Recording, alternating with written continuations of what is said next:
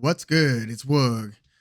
Well, just like that, Anthony Joshua versus Deontay Wilder once again ain't happening. Joseph Parker just upset Deontay Wilder via unanimous decision, wide scorecards too. One judge gave Joseph Parker every single round, which for me, it was almost hard to find a round to give Deontay Wilder. So Joseph Parker won on one scorecard, 120 to 108. And then the other two scorecards were 118 to 110 and 118 to 111. So this fight was not close. Deontay Wilder only had a puncher's chance, which, does speak to his style because that's not too dissimilar from a lot of Deontay Wilder fights that we've seen over the years. So Deontay Wilder loses this fight, or should I say Joseph Parker wins this fight because he was doing a lot of intelligent boxing. He managed range better than I thought he was capable of, to be honest, especially, in the way that he keeps his lead hand low. I thought that Deontay Wilder was going to find him at some point.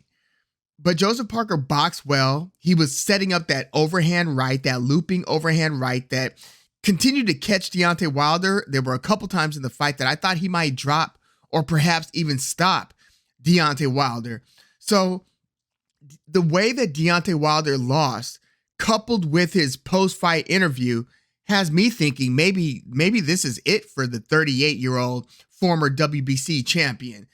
And, he made it sound like, okay, I might come back, but if I don't, it's been a pleasure. Chris Mannix followed up asking him the question, do you still have the passion for it, essentially? Deontay Wilder kind of looked up and he said, I don't know. And then it just seemed like he was very... there was a lot of candor in this interview. It seemed like he was being very upfront. He once again mentioned his, ayahuasca retreats and how that's kind of reshaped his mindset. And, that is one thing I do have some experience in. And I can say that I don't see how Deontay Wilder could continue wanting to cause destruction if he is truly influenced by something like ayahuasca. And it's kind of tough to tell whether Deontay Wilder suddenly hit a cliff, at 38 in this fight with Joseph Parker, or if this was just the result and the symptom of what we have been seeing in his career, where it has become, in my view, increasingly feast or famine. I actually felt like there was some regression in his well-roundedness as a boxer. Like if you look at how he boxed Bermane Stiverne, who had slow feet even in their first fight, but that was how Deontay Wilder won the WBC belt several years ago. I thought he was actually skill building, developing his jab, developing his back foot game, developing punches other than the straight right hand. But then if you look at his, especially his rematch with Luis Ortiz, where he was losing every round until he got the one punch knockout win. So there's been feast or famine, and we weren't able to really glean much from his latest fight just over a year ago against Robert Helenius because it was a first round knockout. So that could have very well just kind of hidden the truth in where Deontay Wilder was or is career-wise. So look, it would be easy to say, yeah, Deontay Wilder's, skill set has totally fallen off and, he would have dusted off Joseph Parker years ago.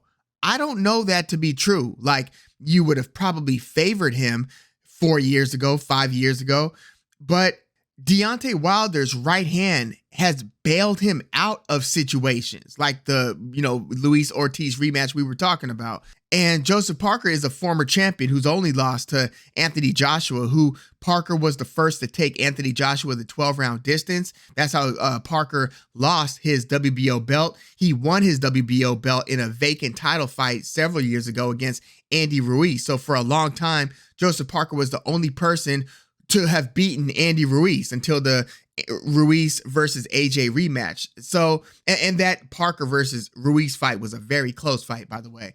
But Joseph Parker is no joke. And his only other loss was that knockout loss, the bludgeoning at the hands of Joe Joyce.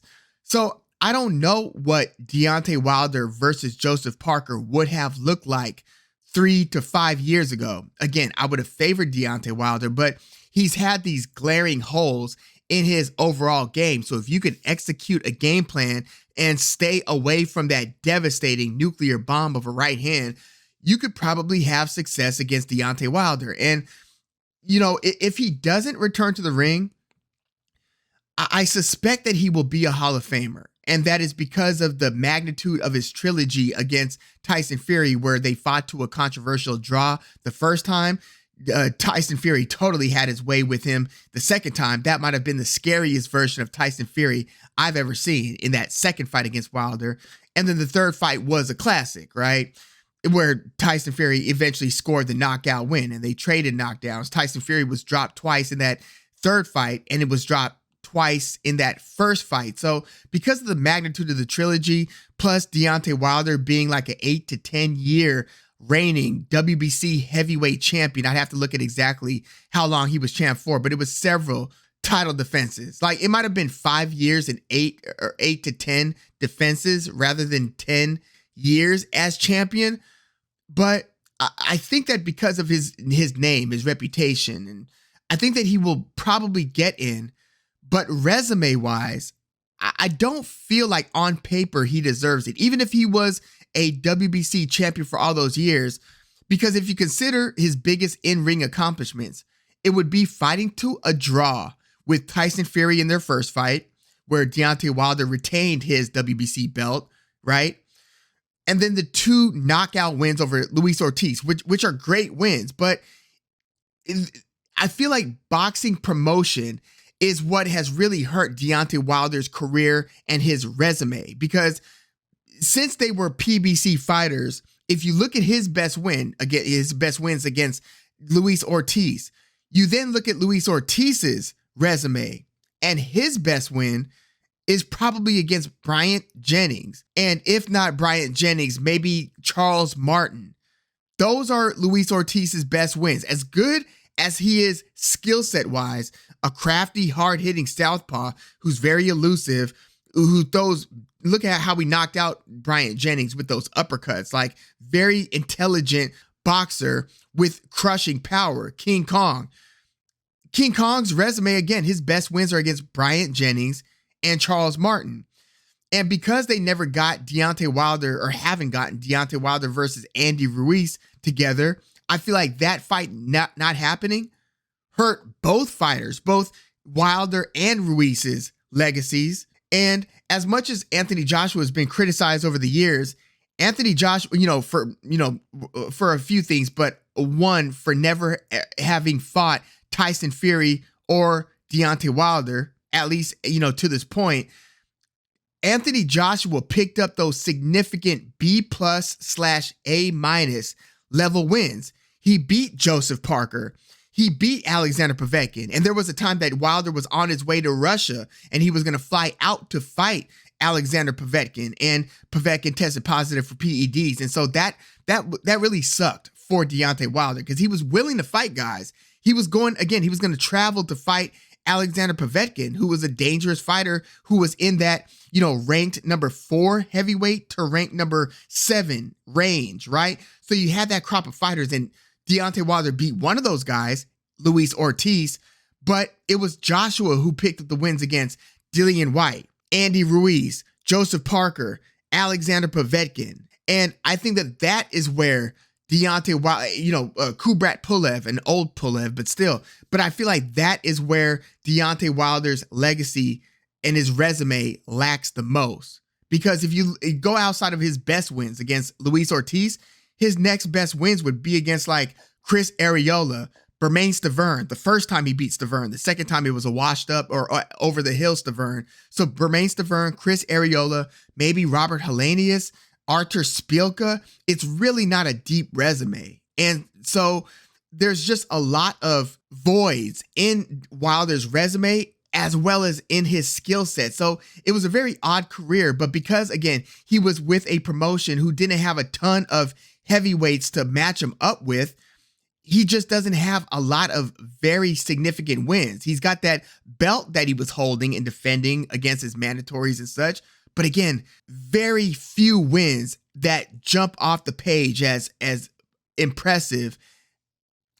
And that part is unfortunate because he was around the fight game for a while. Yes, he was a latecomer to the sport, but he boxed until he was 38 years old. And, a lot of if you look at his fight by fight schedule, a lot of it feels like wasted time going against less than elite or near elite opponents. So yeah, that part's unfortunate. But again, I gather from this fight that might be it for Deontay Wilder. Maybe he has one comeback fight, but the thing about Deontay Wilder's style is that if he has one comeback fight to go out on a high note, it's like, damn, like who are you going to match him up with if this non-voluminous, which I mean, he's been low volume for a long time, but you're either going to get Wilder in there with somebody who's going to put a beating on him and outclass him, or somebody who's just going to get knocked out by a right hand. So it wouldn't be like one of those, send-off fights where both guys are like more or less okay after the fight, because nobody really took damage. There's usually a lot of damage administered one way or the other in a Deontay Wilder fight. And for a long time, the only guy to have beaten him was Tyson Fury. But now you add Joseph Parker to that group. And yeah, so now it's a group of two guys who have beaten Deontay Wilder. And I just think that these losses could have come earlier. A loss like this against Parker could have come against Luis Ortiz, right? Because it was the right hand that bailed Wilder out. Wilder landed very few flush right hands against Joseph Parker. And that's a credit to, the game planning on that side with Andy Lee and so forth. Great game plan. And they executed very well on it. Deontay Wilder was just moving around the ring. He looked gun shy. He looked like he couldn't pull the proverbial trigger. And again, he was getting caught with those looping right hands. So I think he was worried about what was coming back to him. It looked like his timing was off. He wasn't throwing enough jabs or anything else meaningful to win a round where he's not knocking you down. So that's the Deontay Wilder story of the past few years. He's either dropping you and hurting you badly in that round, or he's probably losing the round. So again, a loss like this could have pretty much come at any time, but I think that inactivity, because he fought one round over the past 2 years, age, he's 38 years old, and just having a skill set devoid of, sweet science ability, I feel like these things just came back to really haunt Deontay Wilder. And I don't know if he came into this fight thinking that he was going to win the fight. I'd imagine so, but I wonder how deep into the fight he realized, this right hand isn't looking as reliable as it feels like it is in a lot of fights. He wasn't landing easily on Joseph Parker. And yes, he tried to mix up a different kind of punch or two. He threw some uppercuts, he threw some hooks, but it was all very reactionary. He would start throwing these other punches once he got hit and kind of rocked. Then it's like, okay, I got to open up and come back with something because now we're scrapping. And that's what it looked like. It didn't look like he had a technically sound game plan other than let's land this right hand. I didn't see anything that was intelligently setting up the right hand. And, to Wilder's credit, throughout his career, he's been able to get that right hand off and land it flush. So you could call him a one-trick pony, but if you can't stop him from executing and delivering on that one trick, then it doesn't matter that it's the one trick. He's landing and winning fights because of that one trick, but not here. It didn't happen. So props to Joseph Parker. I mean, I feel really happy for Parker. He's had a lot of not a lot of downs, and again, he's been a WBO champion, but this is by far the most significant win of his career. He was a 7-1 or at least 5.5, 6-1 underdog, with Wilder being the 7-1 favorite. So this was a massive upset. And again, this spoiled the plan for Anthony Joshua versus Deontay Wilder. And I like Joseph Parker's quote after the fight. Everybody had their plans, but this was God's plan. I mean, Joseph Parker just seems like a nice guy. He's always been gracious in defeat, even in that bludgeoning at the hands of Joe Joyce. But he was always looked at as being a very good fighter, but not a great fighter, because every time he stepped up to the highest degree, Andy Ruiz fight aside, Joseph Parker came up short. And my mistake, he has that loss to Dillian White. So it's 3 guys who've beaten Joseph Parker. It was Anthony Joshua, Dillian White, Joe Joyce. And so the Dillian White loss, the loss to White, was it was a bad one in the sense that, legacy wise, Joseph Parker would have really benefited from beating White, and he would have probably had a title shot sooner, I would think, even though, he would be on track to have had a second title shot if he were to have won that fight against Dillian White. But hey, he just won this fight against Deontay Wilder, so props to him. But yeah, let me know what you thought of Wilder versus Parker, and if you think that it's a wrap for Deontay Wilder's career. Again, he sounded like he doesn't really have that killer instinct, nor does he have the appetite to want to get out there and brutalize people. It just sounds like that's not where he is, state of mind wise. But yeah, let me know your thoughts on this one in the comments. Like the video, subscribe to the channel if you are into the fight talk. I'm Woog. Thanks for tuning in.